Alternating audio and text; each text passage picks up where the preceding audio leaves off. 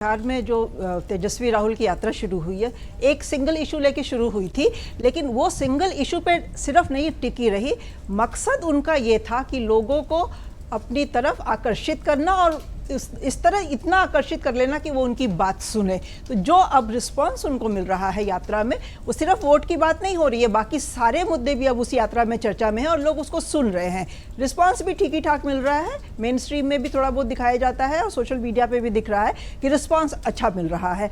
तो एक चीज़ तो ये क्लियर है कि ये जो वोटर मोबिलाइजेशन कहा जाता है वो शुरू कर दिया है इन्होंने। अब वो मोबिलाइजेशन का कितना फ़ायदा होगा, क्या नुकसान होगा किसको, वो हम अभी नहीं कह सकते हैं।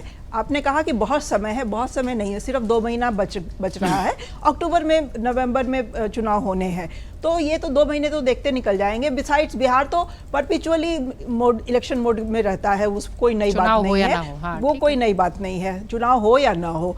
लेकिन जो अभी जो माहौल है उसमें 2 चीज़ क्लियर है। एक तो ये कि नीतीश की आगे जो दावेदारी है वो बहुत डावाडोल है। कोई भी बीजेपी का नेता ये नहीं कह रहा है कि अगले मुख्यमंत्री नीतीश ही बनेंगे, उनके नेतृत्व में लड़ा जा रहा है, ये सब कह रहे हैं। अगला बनेंगे कि नहीं ये पता नहीं, अपना चेहरा उनके पास कोई नहीं है और ये भी हमें नहीं दिख रहा है कि वो किसी चेहरे को सामने लाने की भी कोशिश हो रही है।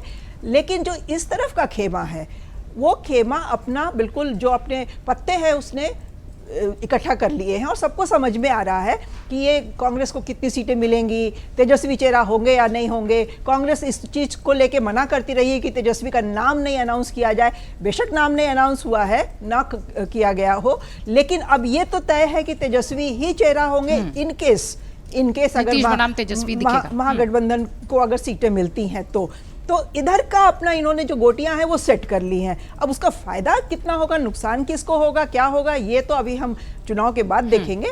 लेकिन ये है कि पत्ते अपने अपने सबने इकट्ठा कर लिए हैं। बीजेपी को थोड़ा असमंजस है, चिराग पासवान का अभी समझ में नहीं आ रहा है। जैसा कि उन्होंने बताया, वो हनुमान जी की तरह कहाँ कहाँ उछल के जाएंगे, क्या करेंगे पता नहीं। प्रशांत किशोर थोड़ा एक एक्स फैक्टर की तरह से दिखाई दे रहे हैं।